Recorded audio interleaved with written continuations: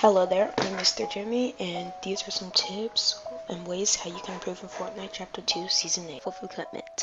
You at least want a PC or console that can withstand 120 Hz. If you have something below that, it's going to be harder to improve, but it's still going to be worth it. But let's just say if you're fed up with that, you can use an app called GeForce Now. It will connect you to a different PC. I'll put a link in the description of how to use it. Now let's start with input. Let's say you play controller. It's preferred that you have paddles or you play calm. But like I said, it's preferred. Your movement won't be as stiff, but if you can learn how to play with that properly, you'll be good. It's the same with keyboard and mouse, except you at least want a mouse that has side buttons. So when we get into settings, which I'll get into in a moment, you will have optimal settings and you can move freely. Moving on to settings, there's performance areas, colorblind settings, and keybind settings and sets. So we're going to start off with colorblind. Colorblind, you can really just find your favorite Fortnite player and just copy theirs.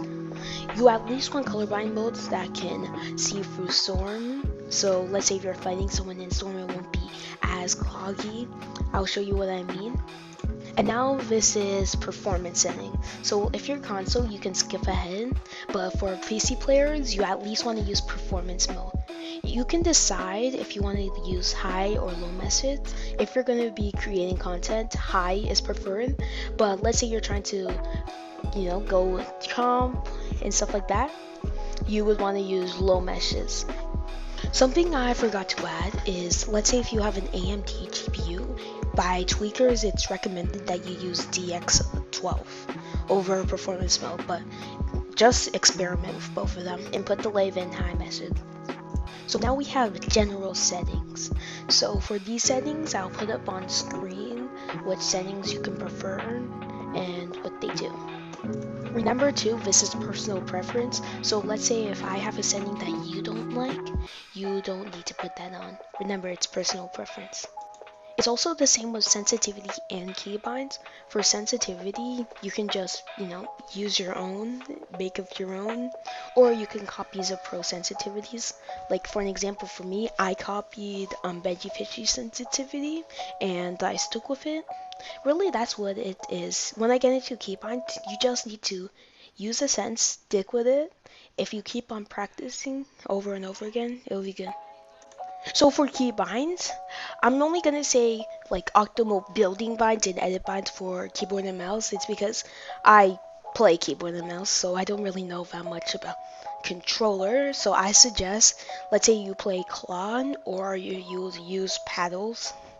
I just say you look up controller paddle settings or controller claw settings.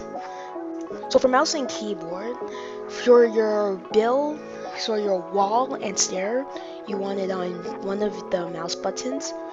For your floor, I use Q. In edit, I use V, and for clone, I use left shift. Honestly, I just copy Ken Dean's bind, so if you're PC and you want to use them, I will put the link to his video in the description. So the thing I'm not going to cover is where a lot of people go wrong, which is practice or warming up. So let's say you're a peace control god, you box every kid up, but your aim is so bad. So let's say, has this ever happened to you? You peace control someone, as soon as you peace control them, your aim sucks.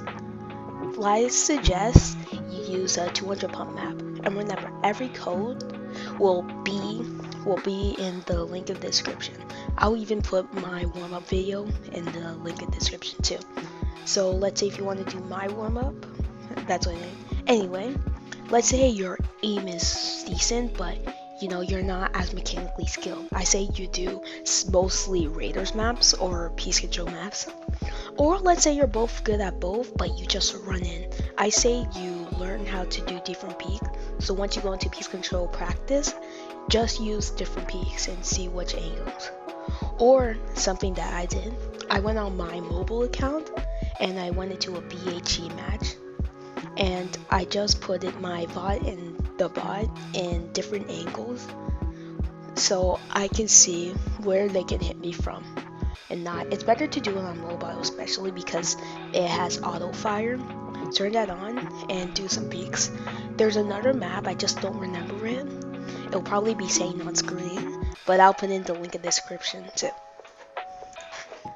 Now this is applying it. So using what I said about practice, settings, and equipment. Well, equipment you don't really need to apply, but anyway, practicing it all in Arena. Remember to record your gameplay so you can VOD review it. An example that I do, I play Arena in 10 sessions, so it's like an actual tournament. Or you can actually do the same thing. Usually just record your tournament. If you want, that's free content. So if you're gonna post that to your channel, you can. But you should also use it as an opportunity to learn from mistakes. VOD review your fight, even in creative. That's fine. Just VOD review, see what you're good at, and what you should need to improve. Now for the final thing we're going to be covering is mindset. You try not to blame things on the game unless it's actually really bad. Always figure out what you did wrong in the fight. That's what the same thing was when in Arena, applying it to your game. Always look back to see mistakes that you've done. Just don't move on with it just blaming the game, because then if you keep on doing that, you will never learn. And also, don't be afraid to ask questions. Like, let's say your favorite pro does something and you want to learn about it. Just go on YouTube, quick search. Like for the example, for me, my movement was stiff, so I decided that I want to learn more how to. Also remember, on your journey to improving, if you need a break, just take a break. Like you can get burnt out of things real quick. That's something actually. I usually play the off season. Like it was chapter 2 season 7 off season. I was trying to get better. Then when tournaments came out, I was so burnt out I couldn't have any fun. So just set boundaries. If you're able to play 8 hours a day, play for that long. Just know the time where you really get burnt out. So take a break, go eat some food. That's the same when you're mad. That always helps me. I always have water, so that always cools me down. No pun intended. So I hope this video helped you. Remember, I have all the map codes, the settings, GeForce Now. Anything that Zed will put in the description, I'll put it there. If I don't, maybe remind me in the comments or put a link there for other people too. I'll pin it. So I hope you enjoyed the video. Subscribe, like, try to give this to other new friends, share. If you, let's say you're already good, send this to a friend that wants to get good. Help out your other friends, and yeah, have a good day. That's enough for me.